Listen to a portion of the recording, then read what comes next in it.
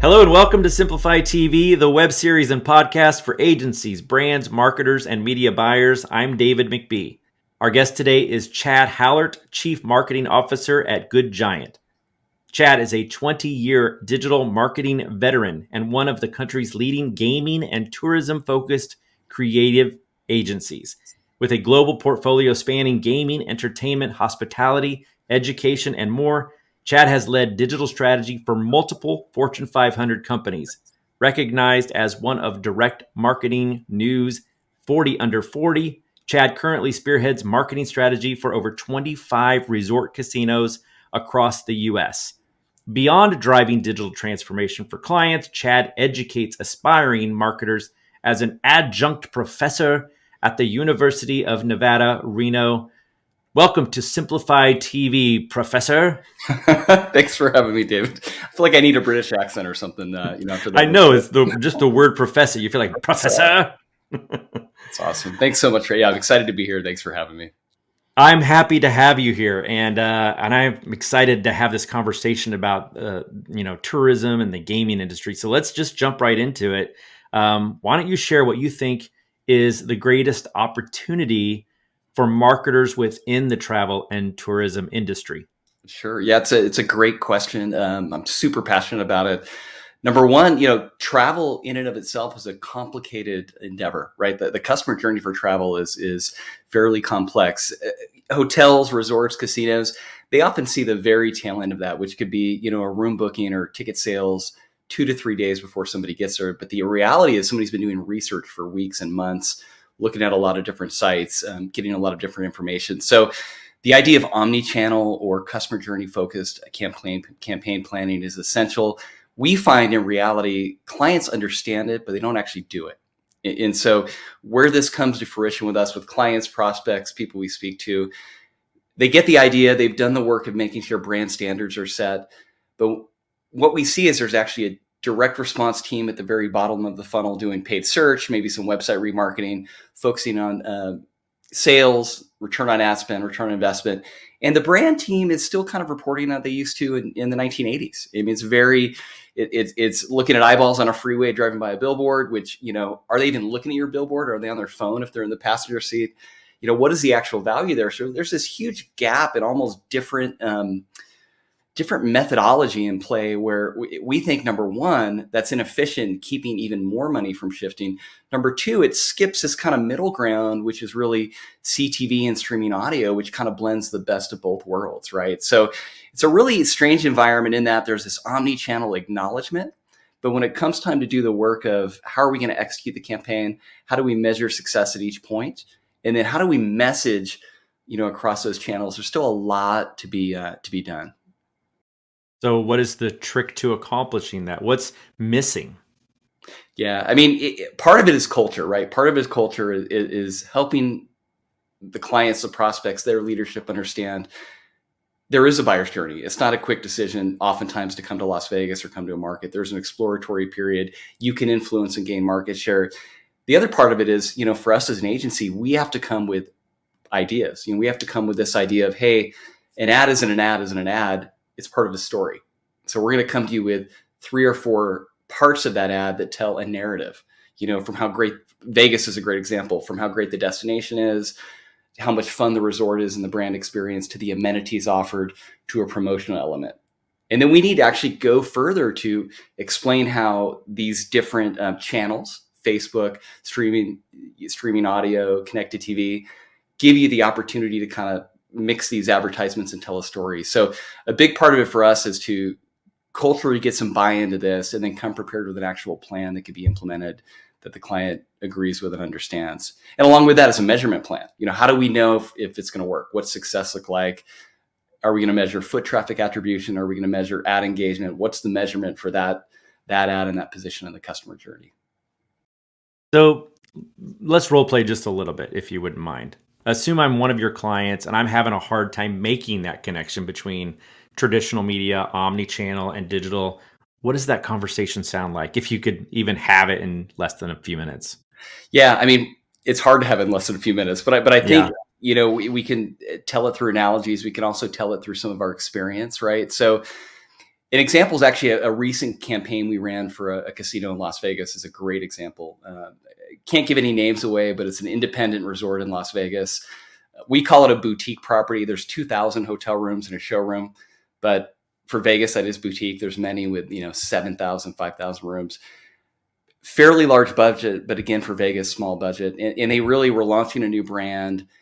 They had 3 goals that were running in parallel: increase brand exposure and get more brand sentiment, drive revenue during the actual campaign period, and lift the average daily rate in the long term, influence kind of the ranking in all the casinos in Las Vegas, right? So part of the conversation with them was helping them understand that, there is this idea that you've got to create some awareness, generate demand, and then capitalize on that demand.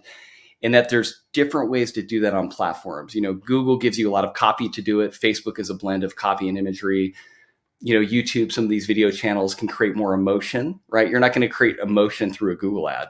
It's really, really tough, right? Linear TV, gives you a broadcast, kind of a wide net, but not super targeted. So part of it for us was laying out a map, right? Where people are at, what they're thinking in that moment. Do they have any intent yet? When you see a TV commercial during a football game, there's no intent. You're just observing, right? When you go to Facebook, not a lot of intent unless you're part of a remarketing audience or something. But when you go to Google or one of those more user-driven campaigns, there's intent. So laying out the map of kind of that journey, laying out the mind frame of the user during that period, and then lining up what messaging can look like. And so showing how somebody that's never seen that property before, heard of that property, gets this first exposure, and how they path through that over the course of weeks and months to conversion. They start getting it.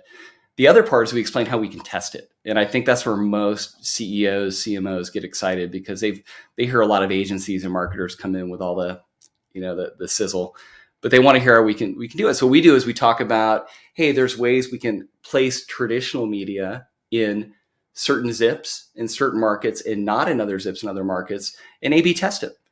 See if running this actually does a lift on everything else further down the funnel. So a lot of times the proof's in the pudding. So our getting them to buy into it is one thing, but getting this idea of, we can actually test it over the course of 90 days, improve it or disprove it, give us that opportunity.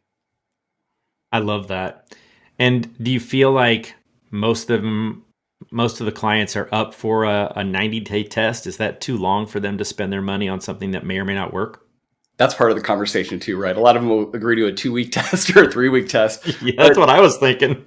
Well, it's funny because you read a lot of case studies about campaigns promoting freemium app downloads, where you download the app for free and then you may upgrade it and they make money that way. Well, that's a knee-jerk reaction investment, right? But like telling your wife to take time off work, packing up the kids, booking airfare, this is a pretty considered purchase. So we always ask for 90 days. 6 months is even better. And really, even a test, if it were to not go perfectly in 90 days, there's going to be a ton of learnings to iterate. And very rarely do you do these things and not have them work at all, right? It's a degree. So I don't think we've ever had a 90-day test where we walked away from it and said, sometimes it's 80% what we expected, 20% new findings that we iterate on. I think those are great stories. Do you have any just solid advice for other agencies who are working in the travel, tourism, and gaming industry? Yeah, I think there's a lot of gaming. Gaming is a little more direct response driven. I think hotels can be direct response driven. Destinations that we've worked with in the past, like the islands of Tahiti, Newport Beach, Lake Tahoe, where I'm at, they're a little more shiny object driven, right? So I think the one thing we always battle is, and I think we battle it internally ourselves, this desire to chase shiny objects all the time. Like I went and Googled before this just to get some knowledge going here. I Googled, top media trends 2024. All this focus on AI and we're using AI every day for copy editing, for research. But the challenge we see is most people in this space are they're not squeezing the orange fully and getting all the juice out. An example I always give is every client we talk to, a prospect we talked about geofencing. This idea that, you can go online and tell an ad platform, I want people with this intent, or you can geofence competitors that they're going to frequently and get in front of them. So we talk to the client, we say, hey, are you geofencing? Yeah, we are. Or are you geofencing like this? Are you geofencing with a third-party platform that you could download device IDs as first-party data and then bring them up into walled gardens like Facebook, Instagram, TikTok, YouTube? Oh no, we're just doing it programmatically.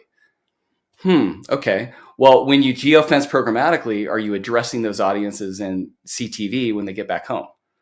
Oh, we're not doing that.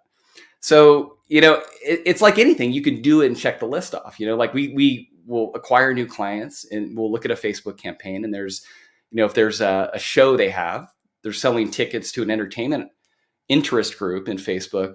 When we do it, we do that. Plus we match a CRM list of lookalikes, like their best customers. Plus we pull people that bought tickets to similar events previously. Plus we're going to pull geofence people to go to other entertainment venues. So you can be on Facebook, check, right? Or you can be on Facebook with 4 or 5 different audiences in parallel kind of throughout that customer journey. So again, it's this thing of, Facebook, check, move to the next shiny object, or Facebook, okay, let's be a little more boring. Let's just squeeze every ounce of opportunity out of that channel before we move on to the next thing. So I think that's the biggest thing I see in travel, and probably other industries too. It just occurred to me while you were talking that there's probably a geofence around every single casino in Vegas. Would you agree? I'd be amazed if there wasn't. I mean, we're seeing geofencing on casinos. We're seeing geofencing where I live. There's a lot of like warehouses and data centers, and they're looking for employees always. So we're now having HR departments geofence those other locations and putting parameters like they go in 5 days a week, to get audiences to target for employment ads. So yeah, everywhere you go in Vegas is I would bet on that it's geofenced. Yeah, I always tell people, if you're going to do anything nefarious, don't take your phone with you. The kids have figured that out. My teenage daughter figured that out, but we're still learning. You come home and her phone was in the drawer and she's out doing something she shouldn't be. I just left it, Dad. Okay, yeah, that's pretty smart. All right, before we go, I love to ask all my guests, what is your favorite podcast, or do you have a book that you feel has influenced your success? Yeah, so podcast. It's interesting. It'll probably be different than what you would expect, but I kind of moved away from super business focused and tactical focused podcast a while ago, and it really been now focused on optimizing things like motivation, how to switch between tasks, how to optimize the day or get the most out of the day. Because what you find at some point, it's not the technical skills, it's your inability to have a really productive day where you're not just grinding away. So for me right now, there's a podcast called Huberman Labs. It's Andrew Huberman is the podcast lead on it, but he's like a professor of neuroscience and ophthalmology at Stanford or a university like that. And it really varies from like optimizing your day, like I mentioned, how to switch tasks with an effective break in between, to like energy optimization, nutrition. It's really broad spectrum, but those things get me excited because, there's only so much time in the day. If you're a parent and you have a life, right, you're trying to balance that. And you always get little nuggets from that podcast that let you be more effective and a little more productive.